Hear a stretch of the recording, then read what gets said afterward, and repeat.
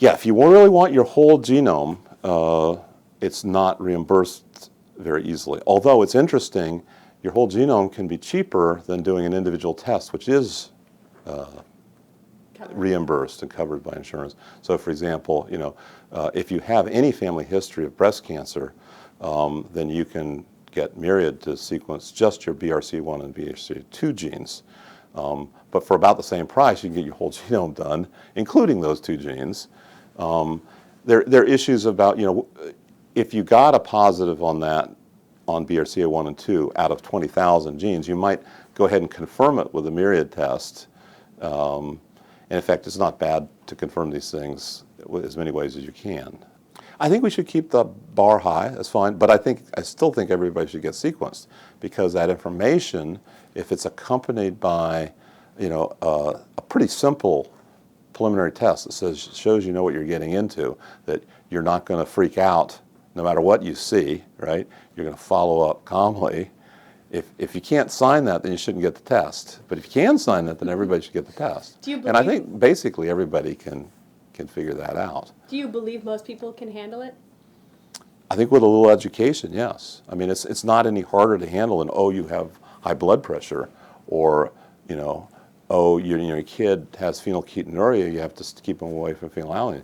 We're handling lots of medical, including genetic information already. It's just, for some reason that people convince themselves that genetics is a little special and isn't here yet, when it's just as here as other medical things. Who's holding you back from all of us being able to get tested? Well, I think until recently the cost was holding them, and maybe still the cost. The cost should keep coming down. When I first started talking about the $1,000 genome, the genome was just starting to come in at $3 billion, and it just seemed laughable. And now it seems like it's not low enough. And in fact, almost immediately, as soon as I said 1,000, I said, nah, it really should be 100.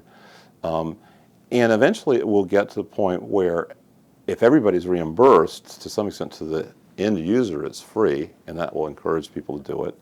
How do our insurance companies reacting to this? And should I be worried by giving my genome that insurers are then going to charge me more? Or? Well, in the United States, it's against the law for them to charge you more based on your genetics. So the Genetic Information Act of 2008, Genetics Information Non-Discrimination Act of 2008, made it illegal for employers and healthcare insurance companies to discriminate. You can still get discrimination based on long-term care and life insurance in the military, but I think for the most part, there are very few examples of it, even before the law. I think what we want to do is encourage them to not discourage them from using it, not only discourage them from discriminating, but encourage them using it for good. I mean, I think that's the thing, is don't get insurance companies freaking out that this information isn't good for anything. It can bring down in principle, it could make insurance more profitable.